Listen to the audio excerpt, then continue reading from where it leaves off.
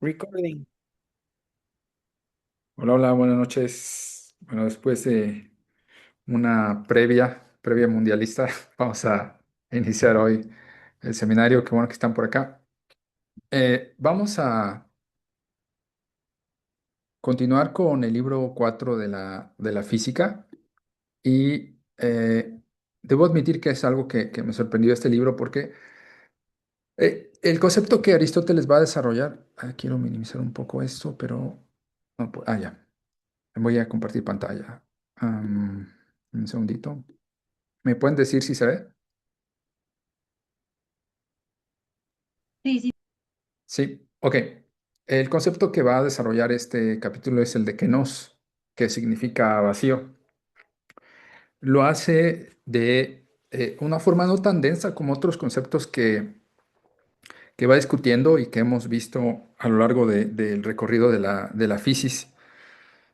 Y después del vacío, como les había comentado en la última sesión, va a trabajar Cronos, que es el tiempo. Pero eso lo vamos a ver hasta la siguiente sesión que nos veamos. Y acá entonces lo que hace es dar por hecho que el vacío es un problema que existe conceptualmente, pero que no le interesa discutir, porque en realidad es un concepto que va a refutar, ¿no? Una de las cosas que me he encontrado y que ya se los he mencionado y que, bueno, ahora toma cada vez más relevancia. Hace años me compré este texto y hasta apenas ahora que estoy en el seminario lo he podido revisar. Se llama La crítica aristotélica a la filosofía presocrática. En realidad, bueno, así es una traducción de un libro del inglés que tiene el mismo nombre, ¿no? El problema de esto, ya lo saben, ¿no? Es pensar que hay pensadores, filósofos o como quieran llamarlos, presocráticos, ¿no? Evidentemente, Aristóteles sabía de la existencia de esos pensadores previos a todos ellos, sobre todo a Platón y a él, ¿no?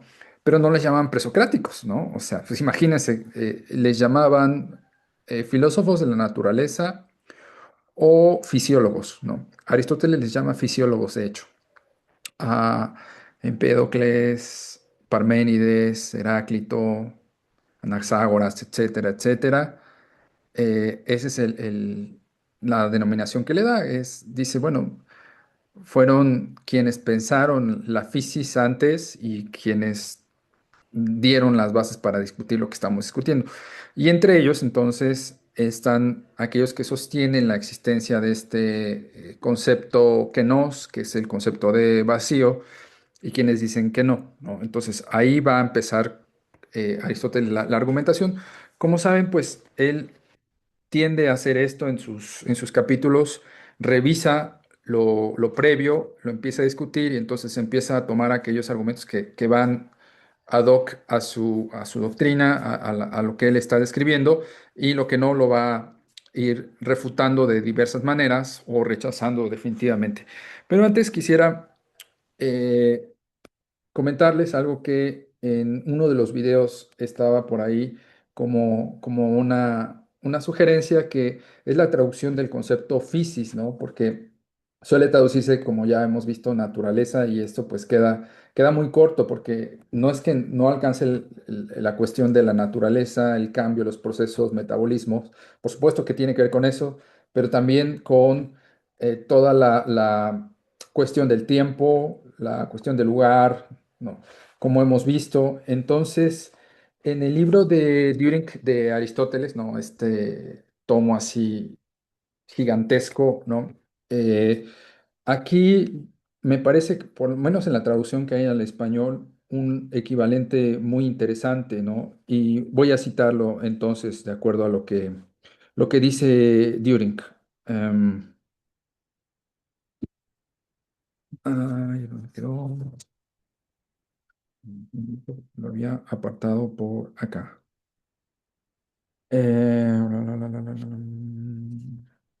Lo perdí, no puede ser. Bueno, ahorita espero encontrarlo pronto, pero el asunto es que el concepto que Düren que está está intentando recuperar no es naturaleza, sino está intentando recuperar el devenir, ¿no? La fisis, el concepto de fisis lo traduce como una especie de devenir, ¿no? De devenir en cuanto a lo que está presente y de ahí pues decide cómo construir toda esta argumentación que Aristóteles hace. Bueno, si lo encuentro al rato se los leo, ¿no? Bueno, entonces voy a entrar en materia específicamente ya en el libro 6 de lo que Aristóteles está diciendo. Y la primera cuestión empieza así, dando sus conclusiones. De hecho, ¿cuáles son sus conclusiones? No existe el vacío, ¿no? Y es muy interesante porque no solo está dialogando con los fisiólogos fisiólogos recuerden ya en términos aristotélicos, ¿no? Pensadores que le preceden. ¿Por qué estás en mi pantalla, Azucena? Este, a ver, déjenme, No sé. con los pensadores que le preceden, y sino también ¿cómo se llama? El asunto de cómo estos pensadores, ¿no? lograron articular o pensar la cuestión del vacío. Y por ahí, no lo quería decir de verdad, es que, bueno, los lacanianos ya me caen muy mal, ¿no? Y eso que tengo, o sea, como teóricos, porque tengo amigos que son lacanianos, ¿no? O sea, sí se puede, ¿no? Aunque parezca que no. Este, y gente que aprecio bastante, pero ya en términos de escuchar hablar, debatir, no hay manera, ¿no? Y me irritó muchísimo un tuit que leí hace un par de semanas sobre el concepto de vacío, Aristóteles, y un comentario que aparentemente, que la verdad no me dio la gana buscar, ¿no? Y no estoy en esos tiempos, ¿no? Pero aparentemente Lacan dijo que Aristóteles negó el concepto de vacío porque no había leído la Biblia, ¿no? Entonces, en realidad, eh, me quedé pensando, no por la importancia que tenga esto que Lacan haya dicho, sino por una cosa que había indagado previamente, el asunto de qué es contemporáneo el pensamiento aristotélico, es decir, la época de Aristóteles en relación a la escritura de los términos, perdón, de los libros del Antiguo Testamento, ¿no? O por lo menos lo que se ha historizado de la época del Antiguo Testamento, ¿no? Y esto lo indagué mucho antes de encontrar esta cita de Lacan, por eso puedo comentarlo un poco y pues es pasando el Génesis. Recuerden que el Antiguo Testamento fue más que nada tradición oral, ¿no? Como muchas de las cosas que han quedado registradas son tradición oral que se va como acumulando, que se va rescatando.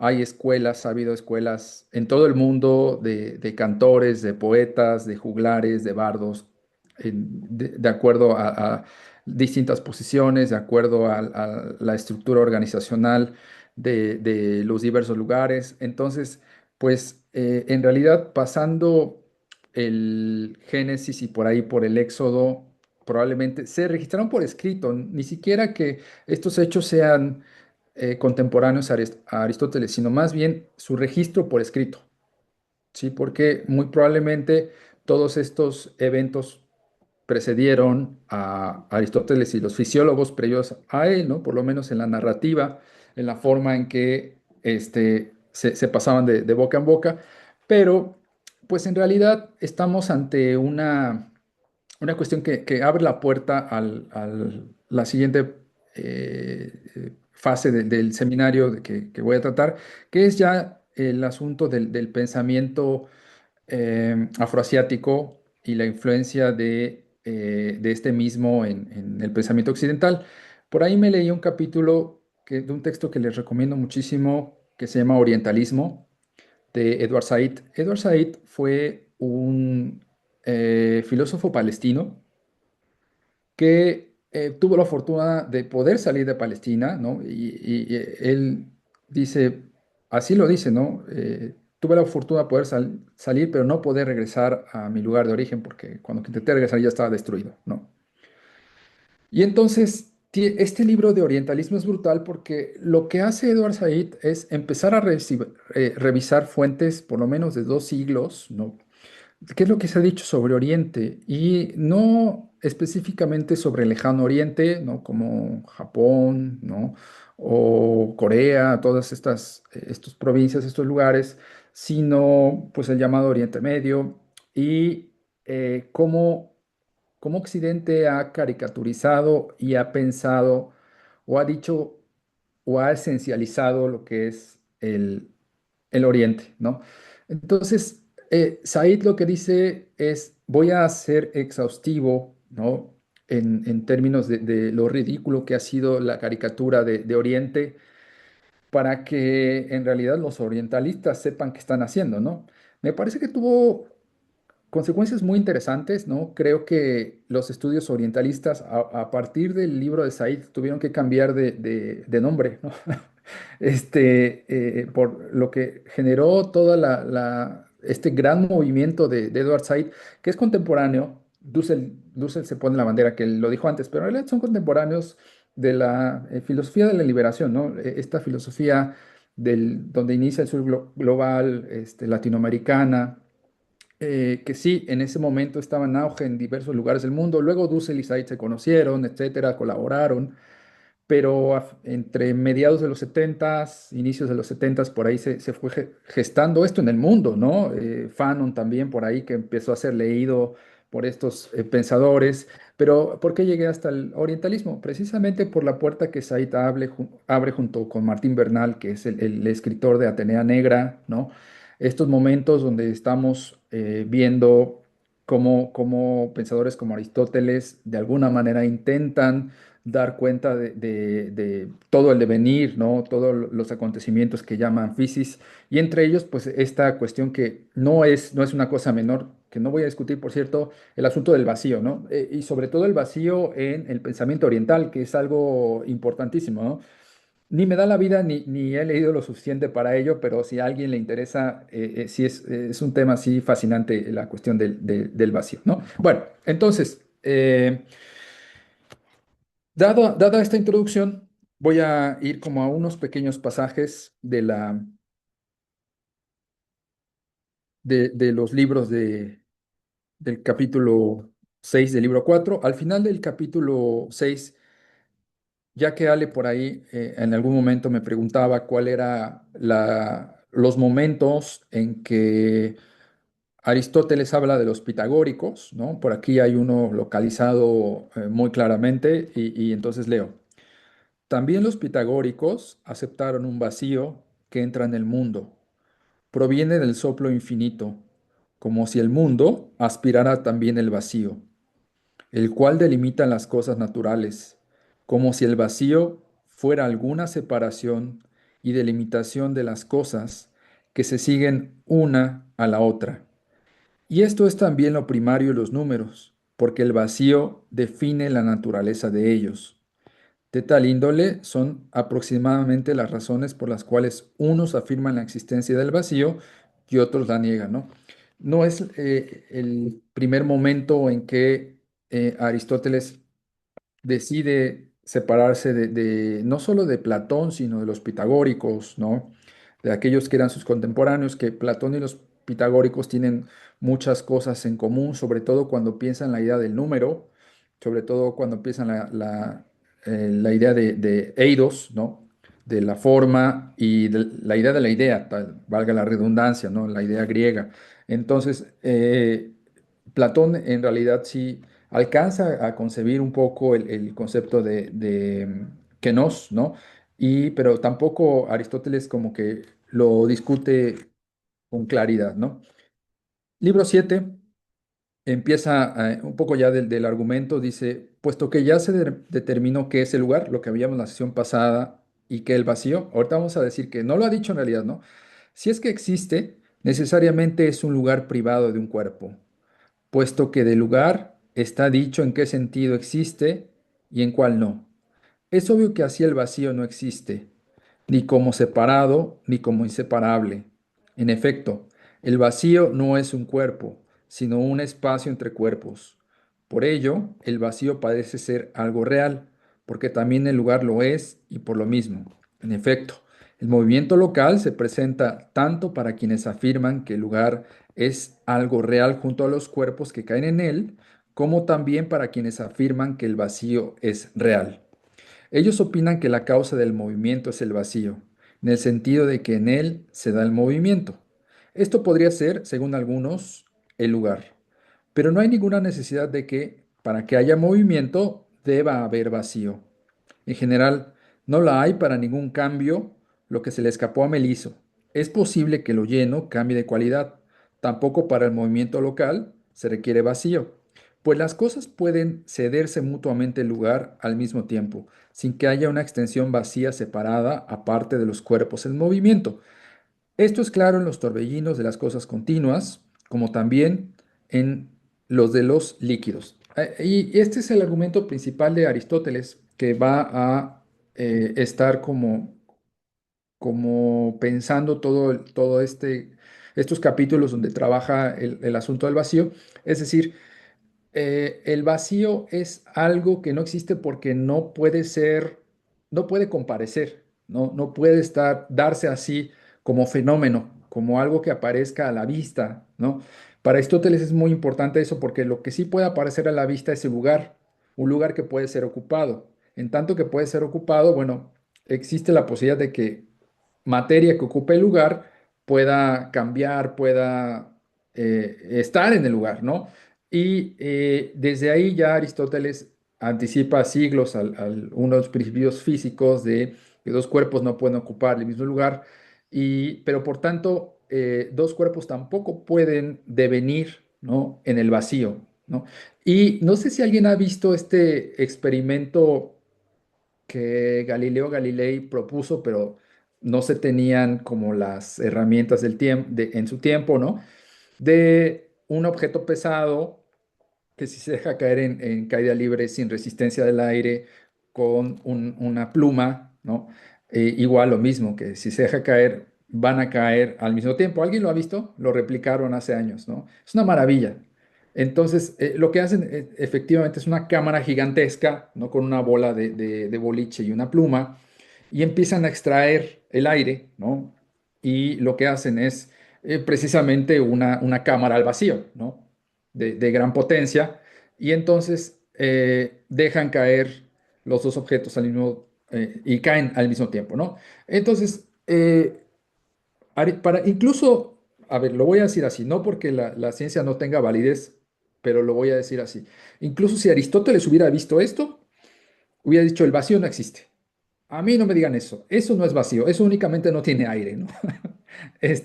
Porque en realidad lo que estamos viendo, lo que nuestros ojos están viendo es movimiento. Y eso es lo importante. Esa es la consideración de la física, ¿no? No que esa cámara sea ¿cómo decirlo? Un espacio vacío, ¿no? Vacío de partículas de aire. Entonces, para que me entiendan, es el argumento de Aristóteles de por qué señala que el vacío no existe, ¿no? Entonces, y ahora sí, tomando esto que les decía de cómo a los lacanianos les fascina el término de vacío, ¿no? Pues no, mijos, ¿no? O sea, hay otras formas de pensar el devenir de las cosas, ¿no? Y Aristóteles da opciones muy interesantes para ello, ¿no? O sea, la física como tal, estos procesos del devenir que él está discutiendo, son posibles, sí, solo sí, no son absorbidos por este concepto que es que no puede comparecer a la vista, ¿no? Entonces, una de las cosas que acompaña a la física en tanto que movimiento y cambio es aquello que puede comparecer a la vista, es aquello que sale delante, que no sale al encuentro, ¿no? Si no fuese así, pues entonces para Aristóteles no hay la posibilidad de que exista. Sí lo discute con los fisiólogos previos, ¿no? Porque algunos fisiólogos previos, como Parménides, por ahí van, pero hay que rastrear la ruta de Parménides, ¿no? De dónde lo está diciendo, de hacia dónde está mirando. Probablemente Parménides está mirando más hacia Oriente y es algo que hay que conectar los cables, ¿no? Entonces, les digo, no me alcanza todavía para ello, probablemente en algún momento así será. Voy al libro 8. eh, Dice Aristóteles, el que no existe un vacío así separado, como algunos afirman, vamos a explicarlo de nuevo. Si cada uno de los cuerpos simples tiene su traslación natural, su movimiento, como el foco hacia arriba y la Tierra hacia abajo y hacia el centro, es obvio que el vacío no podría ser la causa de tal traslación. ¿De qué tipo de traslación será causa el vacío? Parece ser causa del movimiento local, pero no es así. Sigo un poco más. Además, si hay que darse el vacío, algo así como un lugar privado de cuerpo, ¿hacia dónde se trasladará un cuerpo puesto en él? Ciertamente no hacia todas las direcciones. El mismo argumento vale también contra los que opinan que el lugar es algo separado hacia el cual se traslada un cuerpo. ¿De qué modo se trasladará o estará en reposo lo que está puesto en él? Y acerca de arriba y abajo cuadra con razón el mismo argumento como acerca del vacío. Quienes afirman que el vacío existe lo convierten en un lugar. ¿Se dan cuenta? Esa es la afirmación de Aristóteles. Por eso Aristóteles quiso definir previamente lo que es el topos, el lugar, para después decir, bueno, ¿quieres definir vacío? Lo único que vas a estar definiendo es el lugar, ¿sí? Y hacia el final de esta discusión hay una serie de características. Aquí está. Voy a cambiar de traducción a la a la española, a la de Gredos. Y con eso voy a ir cerrando esta parte para dar paso a la discusión. Dice Aristóteles, estas son pues las razones por las que algunos afirman la existencia del vacío. Aquí está el contraargumento. Nosotros, en cambio, según los supuestos que hemos establecido, decimos que hay una única materia para los contrarios, lo caliente y lo frío, y las otras contrariedades, ¿no? Su lista de categorías, ¿no? Dos, que lo que es en acto se genera de lo que es potencia. Esto ya lo hemos discutido todas las sesiones, bueno, por lo menos algunas que han sido importantes. Tres, que la materia no es separable, aunque su ser sea diferente. Ujú. No es separable y como tal no podría existir en el vacío. Cuatro, que la materia es numéricamente una, aunque pueda ocurrir que tenga color o sea caliente o fría, ¿no? Que estas serían propiedades accidentales de la materia, ¿no? Y que en el vacío pues tampoco existiría la posibilidad de que hubiese accidentes, ¿no? Entonces, con eso, con eso Aristóteles más o menos a grandes rasgos cierra su argumentación de lo que es el vacío. Y me gustaría saber ahorita si tienen algún comentario, algo que decir hasta el momento, por favor.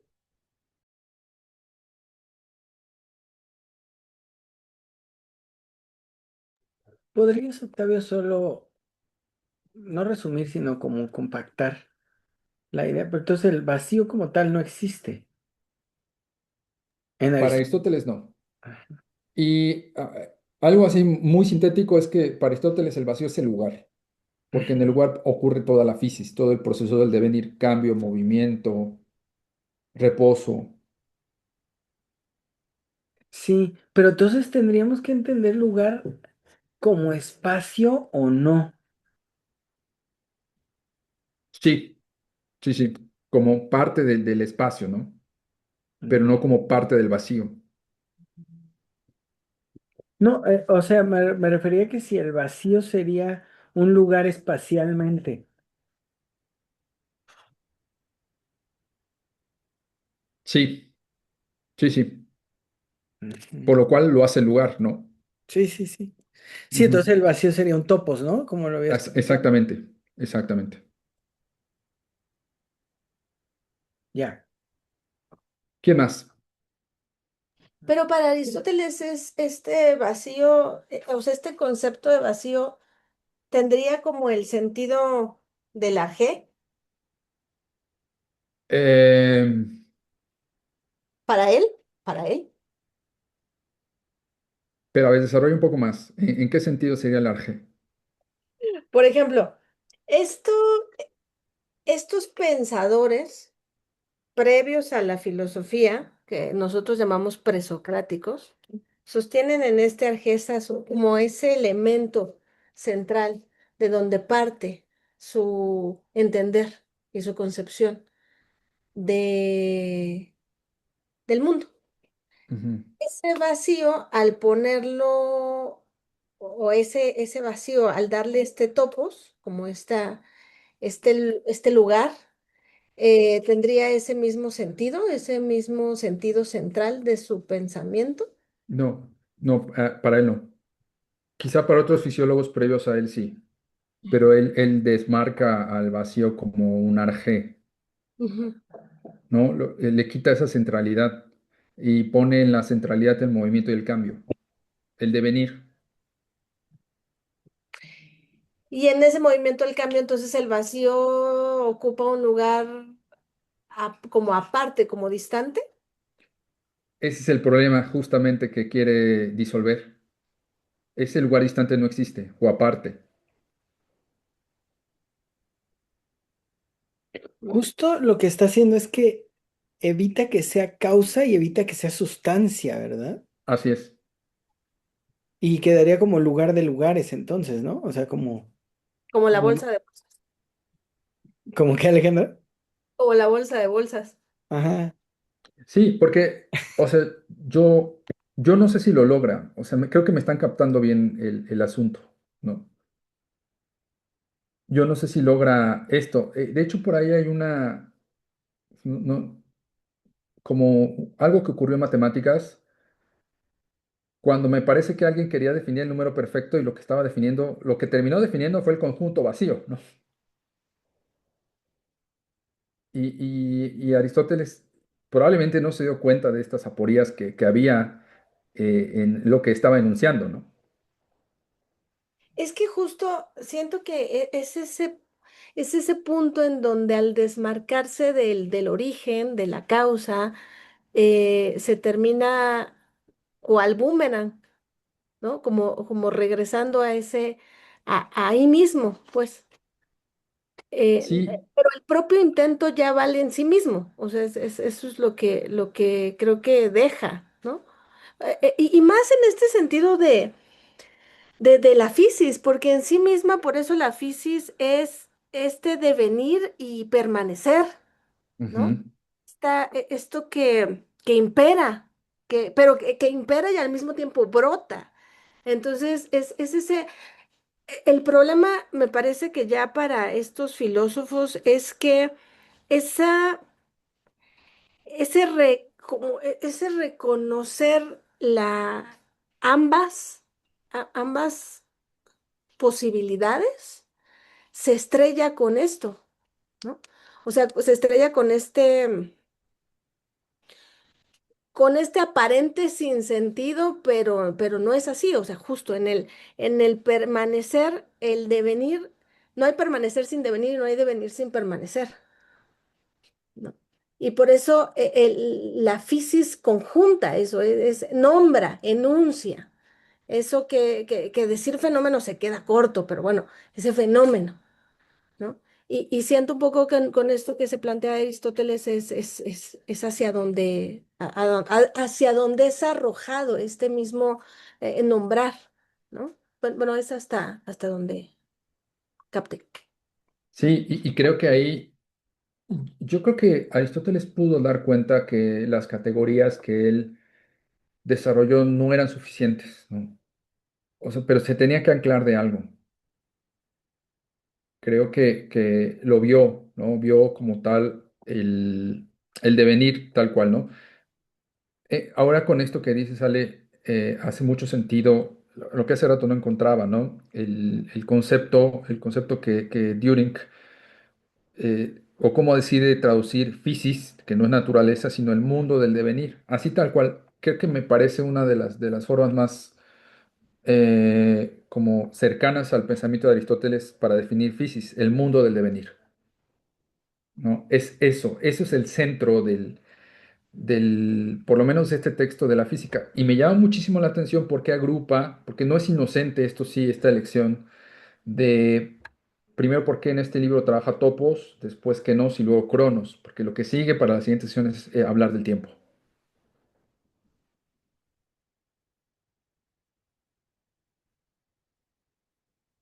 ¿Por qué este dar cuenta del mundo se topa con esta imposibilidad del vacío al dar cuenta, ¿no?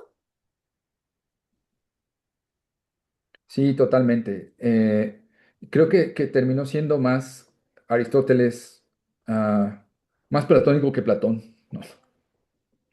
Sí. Sí, sí, no, y es que no están lejos, nunca están lejos. Parece que intentan desmarcarse, pero este intento de desmarcarse termina solo confirmando a eso otro, a lo que a lo que se le pretende alejar o desmarcar, ¿no? Y creo que justo esto es muy significativo porque en este pensar y en este teorizar desde el pensar, ya no puede esconderse el velo que pesa sobre el pensamiento occidental, Claro. el pensamiento filosófico. O sea, al final es interesante porque lo que termina mostrando es ese velo que no permite. Por eso este regresar y retornar en un aparente desmarcarse, regresar, pero que lo que está marcando ahí es lo que no puede ser más oculto o velado. Y ahí es, yo creo que el pensamiento filosófico, por eso siempre toca estos límites que se le contraponen y le caen encima. Y claro, o sea, ya podemos encontrar muy poco lejano a Platón de Aristóteles ya en este tipo de Ujú. conceptos. Totalmente de acuerdo, sí. Es que los dos vivían en Atenas.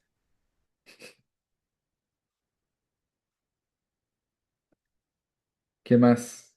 Por favor, digan algo ya. ¿Vas a seguir, no, Octavio? ¿O ya No, es, no, ya, ya, ya. Abrimos discusión. me habías dicho? Eh, yo sí tengo varias cosas que decir, un poco como periféricas, ¿no?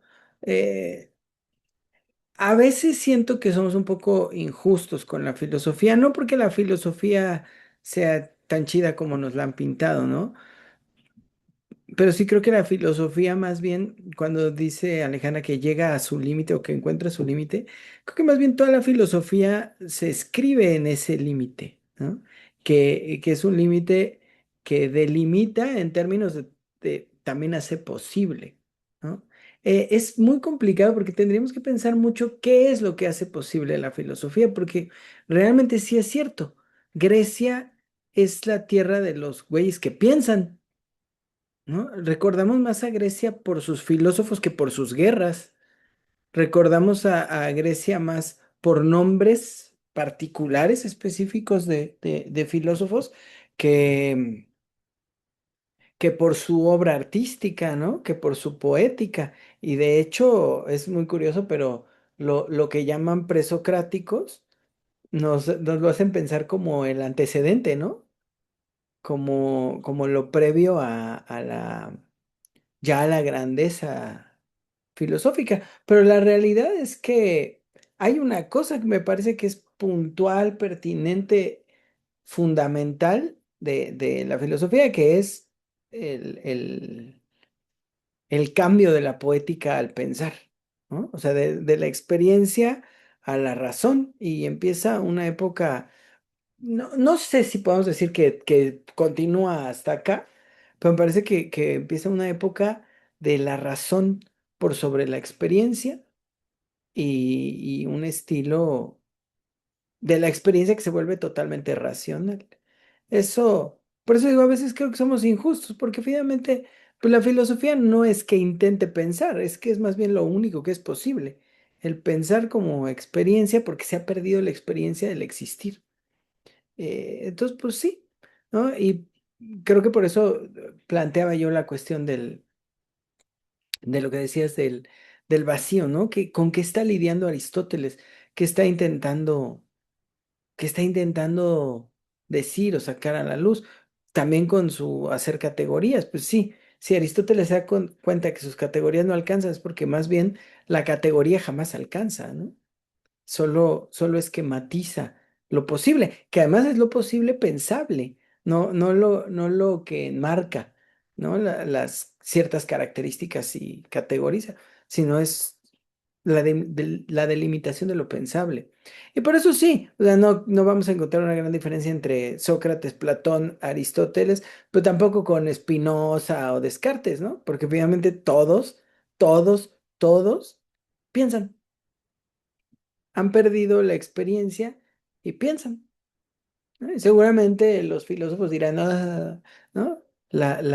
Las particularidades de cada uno los hacen diferentes, pero son filósofos, ¿no? O sea, son 2000 años de personas, ¿no? Nada más, prácticamente nada. Ese era un punto. El otro, bueno, no sé si puedo un poco más, sí, no pasa nada. El otro punto es lo de los Dale, dale. lacanianos, que me parece muy importante porque ya se murieron, ¿eh? Yo por algún tiempo creí que iban a durar mucho, pero ya se murieron. Ya son los mismos cuatro. Se murió Ana Luz y apenas vi a Susana Berkovich. Me parece que en el último texto de Jana Luz, yo ya no me molesto en leer a ese señor, pero en su último texto habla algo sobre lo neutro, ¿no? Y alguien dice que el ternario RSI era ahora reemplazable, que había llegado un real simbólico imaginario, que había llegado un momento de reemplazo y que había estado en Jana Luz en el asunto de lo neutro. Y se hablaba de la religiosidad en el RSI, si no me equivoco, ¿no? No, la verdad es que hueva entretenerme en pensar eso. Pero fue una cosa fascinante. Susana y es una mujer bastante mayor, debe estar muy arriba de los 70.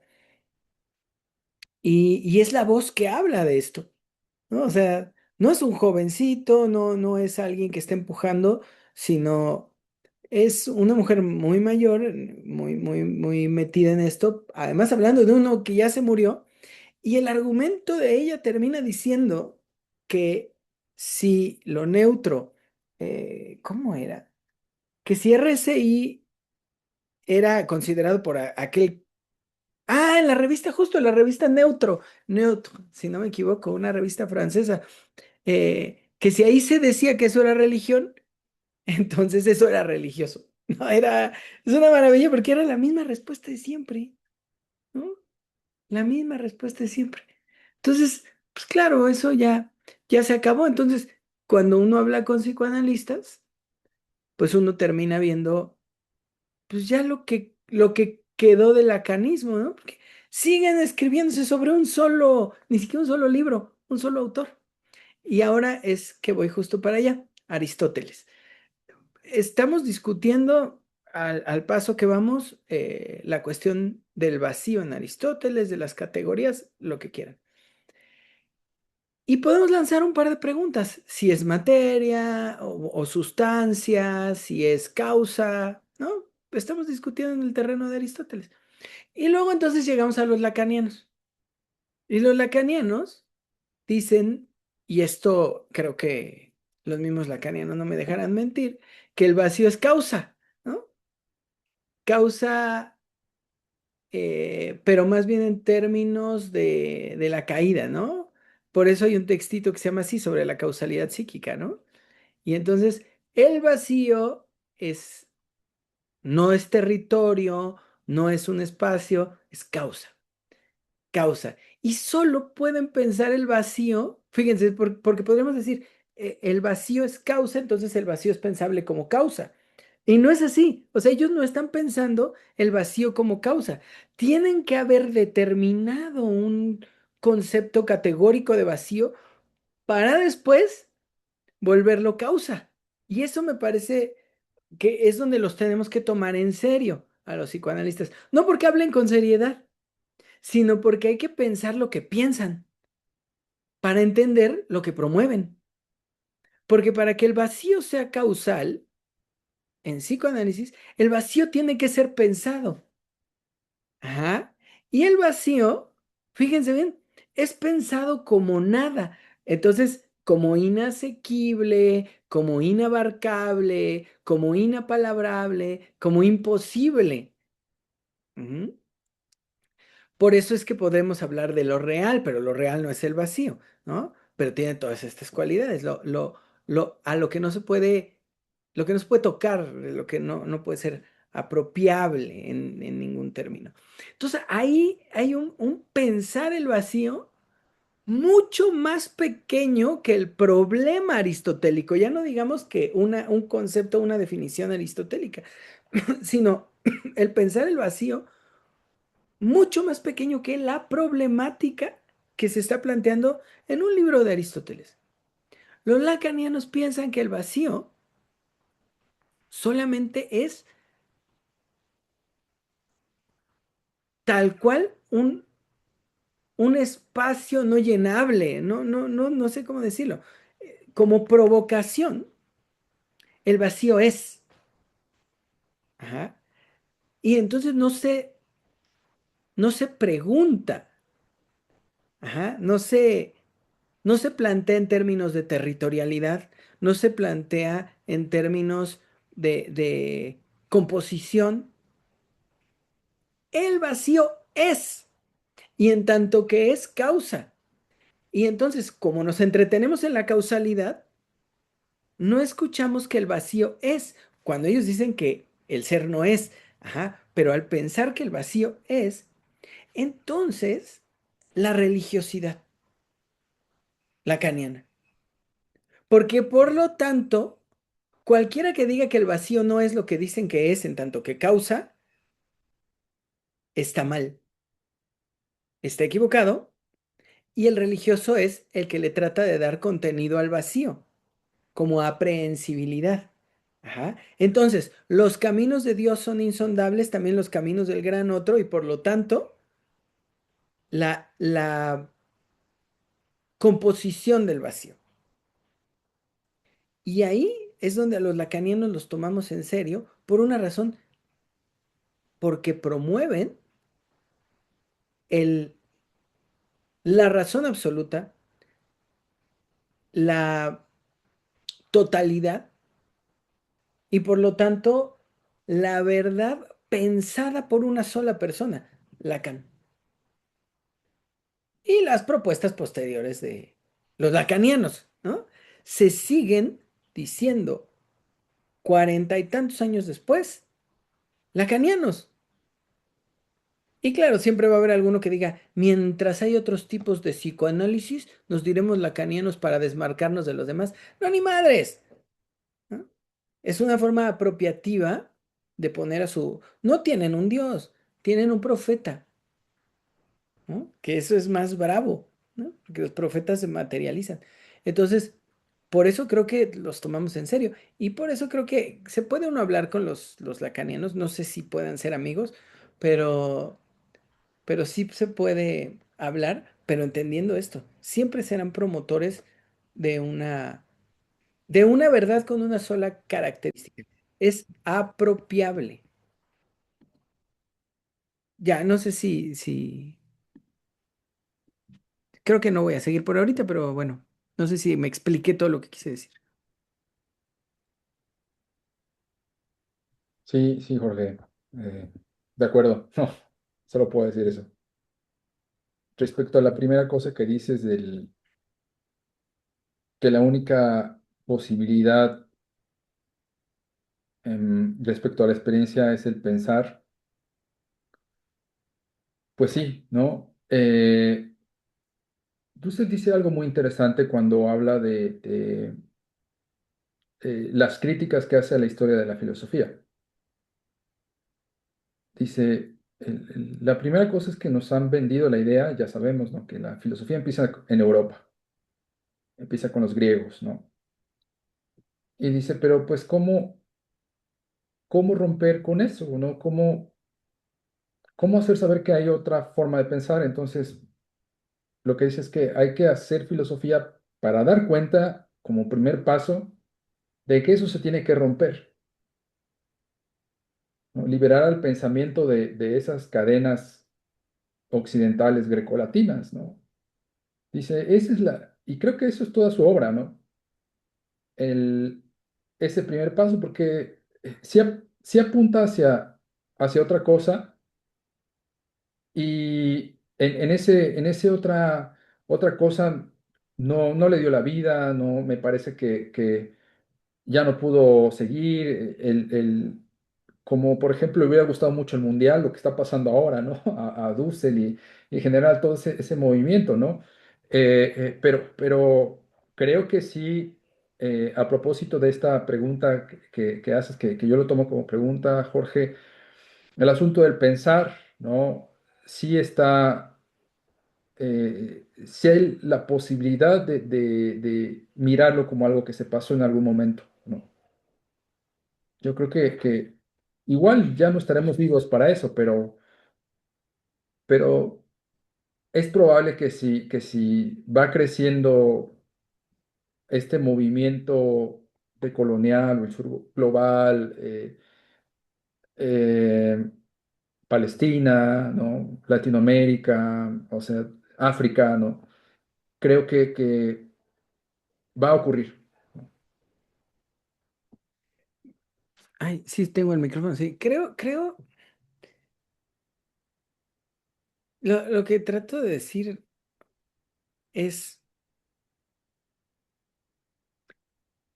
cuando decimos filosofía, es que he aprendido a leer los excesos. Cuando decimos filosofía, pues decimos una categoría que damos por hecho, ujú, que la filosofía es filosofía. Luego en esa categoría ponemos a Sócrates y ponemos a Nietzsche o Heidegger o a Hölderlin, a Sartre, a quien se nos dé la gana.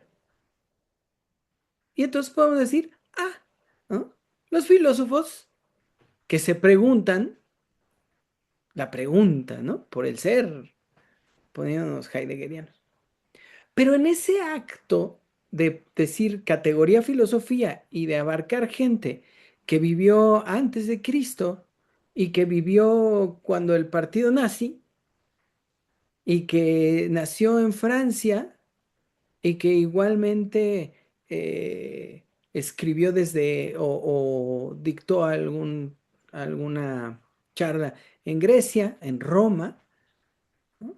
Cuando ponemos en el mismo lugar las cartas de Marco Aurelio y las cartas de Nietzsche, porque filósofos, ¿no? Con sus particularidades y en los diálogos que nos mama poner, ¿no? Como si estuvieran dialogando desde Heidegger hasta Sócrates, ¿no? Eh, Cuando ponemos todo esto en ese lugar, lo que hacemos es comprarnos y sostener la idea de que hay una continuidad. Y ese es el tema con lo indoeuropeo. O sea, como si, por decir, todos estos son filósofos y todos estos dialogan entre sí, hubiera una continuidad existencial en todos ellos y por lo tanto en todas sus culturas. Y ahí está el Hegel diciendo que si no es la de Europa, no hay filosofía. Es en las lecciones sobre la historia de la filosofía, ¿no? Donde lo dice con todas sus letras. Solo hay filosofía en Europa porque, y está toda la argumentación del prólogo, ¿no? De la introducción, nada más. Pero entonces ahí es donde corremos el peligro nosotros. Porque entonces pues filósofos, como si hubiera de verdad una continuidad, y entonces creemos que sí, que en estos 2500 años ha perdurado y progresado o se ha acomodado un pensamiento más o menos similar, ¿no? Que ha perdurado, y entonces nos volvemos a tragar la idea de la continuidad de ellos. Nos volvemos a comer la idea de que son continuos, de que desde Sócrates hasta cualquiera que se nos ocurra, ¿no? De nuestra época o de la época del fin de la filosofía, Nietzsche o lo que sea, son iguales, son continuos. Y ese es el peligro que corremos constantemente. O sea, yo creo que sí podemos hablar de una, no sé si continuidad, pero sí de una constancia discursiva entre Sócrates y Aristóteles. Pero no creo que entre Aristóteles y Séneca o Epicuro. Sí, sí me explico porque, mm, o sea, ¿por qué podríamos decir que hay continuidad? Porque entonces si no, después tendríamos que aceptar que Descartes pues habla con esos, o Agustín, o Spinoza. Perdón, Jorge, te interrumpa brevemente, pero nuestro querido, nuestro querido Foucault, ¿no? Porque lo que hicimos muchos, este, pues es parte de la escena, ¿no? O sea, esto que él denuncia haber encontrado como continuidad, la epimeleia Heautou, ¿no? Del pensamiento griego, la inquietud de sí. Es que es eso, continuidad, continuidad en Platón, continuidad en los estoicos, en los cínicos, ¿no? O sea, sí, es eso, ¿no? La idea de continuidad de una aparente forma de experiencia, ¿no? Pero es ofensivo. Pero digo, perdón, es que traigo esto desde Interrumpir. que... Ay, rápido, de- rápido. sí. Se me hace muy problemático que hables de injusticia cuando hablamos de filosofía. Muy, muy problemático que hagas eso. Y esta continuidad, pero no puedo desarrollar más porque ya me tengo que ir. Buenas noches, linda. Bueno, hay para que lo veas en el YouTube.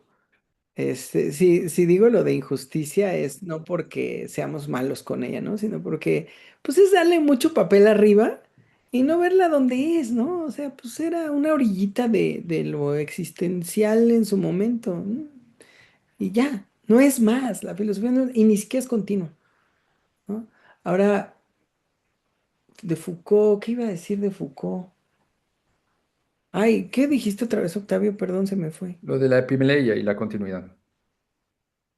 Digo, es mi cosa. Ah, les decía, es que estoy molesto porque justo esto que les compartí hace rato de alguien que leyó artículos de estos intelectualmente superiores, explicando lo del pinche ángel de la independencia, es que es molesto, ¿no? O sea, que alguien, y justo le decía yo esto, a ver, ese güey llega en su coche a la UNAM, se estaciona en un lugar privilegiado, ¿no? Se baja, tiene un sueldo, ya se fue también, tiene su sueldito, ¿no? Con el que luego va a llegar a su casa. Yo no conozco un cabrón investigador que no diga que tiene, este, cava de vinos o que sabe tomar café o que trae jamón serrano, ¿no? O sea, la verdad es que van y llegan a su lugar, a su cubículo, donde tienen una pinche Mac en la que juegan Candy Crush, ¿no? O ven Facebook, pinche mamalonzota.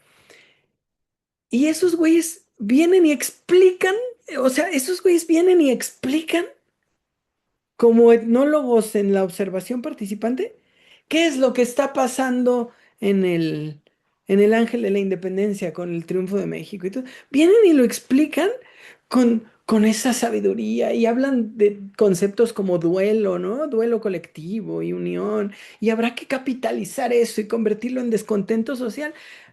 Váyanse al carajo. O sea, si no puedes ir al ángel y que te avienten unos culeros, pues no abras el hocico, ¿no? Ni escribas, porque ese es el problema. La moralidad intelectual superior con la que tratamos de referirnos a la totalidad, a la colectividad, al mundano ignorante que no sabe por qué va al ángel. Porque el güey que va al ángel no sabe por qué va al ángel. Yo sí sé, porque yo estudié un doctorado, ¿no? En lo que quieran, en historia, en sociología, en politología, lo que se les dé la gana. Yo estudié un doctorado y tengo postdocs y hablo quién sabe cuántos pinches idiomas. Y yo sé más que 400,000 cabrones porque esos 400,000 cabrones fueron al ángel. Eso es lo que me tiene molesto. Perdón, como mi exceso, ¿no? Pero es lo mismo que digo de la filosofía. O sea, ahora resulta que ellos sí son continuos y que han dialogado, ¿no? Desde Hegel hasta quien se nos ocurra, ¿no? A Parménides. Bueno, es que esos ni ellos ni en cuenta, ¿no? Pero como que pues Parménides pensó y Hegel pensó y dialogan, ¿no? Ese Ese es el problema. Y el gran tema es que Hegel justo dijo, todos los demás quedan fuera. Y Freud dijo, todos los que no son de estos países cultos y maravillosos, los que no pueden hacer ciencia y arte, tienen que ser dominados por el trabajo. Y todas las mujeres solo son, y lo dijo Platón, chillonas y gritonas, ¿no? Y de pronto eh, Freud dice, ¿no? Son enemigas de la cultura. Y no es que haya una continuidad entre esos dos, pero hay un excluir, ¿no? Un intento de destruir, quién sabe qué, diferente en la República y diferente en el malestar en la cultura. Pero lo que intento decir, y ya con esto cierro, es que nosotros no podemos confiar en esto, creer en esto, ni plantearnos esto como una realidad, porque precisamente le hacemos el juego a los que ponen a la filosofía como algo por encima de nosotros. Y claro, no digo que no hay que leer a los filósofos, ¿no? Está chido leer lo que estamos leyendo de Aristóteles. Me encanta porque nos permite ver, pues, que un güey se problematiza el vacío y hay que pensar todo lo que pensó. Y otros güeyes vuelven el vacío a una simpleza apropiada por ellos porque lo entienden, los lacanianos, ¿no? Es un poco como lo que trato de decir. O sea, no es como molestar, nuestro trabajo me parece digno, pero el peligro que creo que corremos es creerles que ellos son continuos, que ellos han estado ahí desde el principio y ahí siguen pensando porque los otros no piensan o pensamos, ¿no? Y hacen las élites de los pensadores y de los que no. Y por eso hoy pueden venir a decir que ellos nos van a explicar el fútbol. Y me encantaría sentarme con cualquiera de estos articulistas y preguntarle por qué no fue fuera de lugar el gol de México, el primer gol de México en el partido pasado, aunque estaba adelantado. Perdón, Octavio, ya cerré. Vale. ¿Alguien más?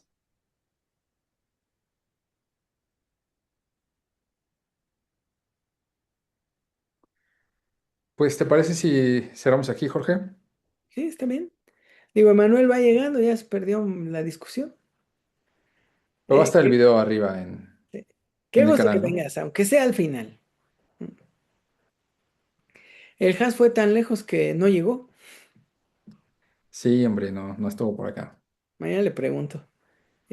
Pues si no hay nada más que decir, la semana próxima le toca a Alejandra y luego me voy yo de corrido, ¿no? Para no discontinuarnos tanto.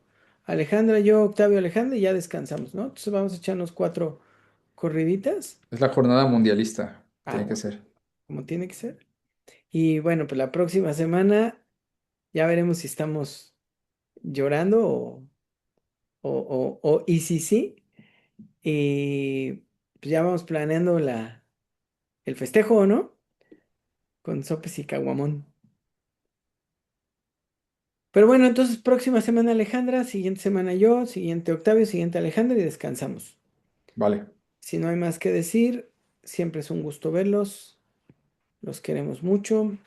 Besitos y nos vemos la próxima. Bye bye. Buenas noches, bye.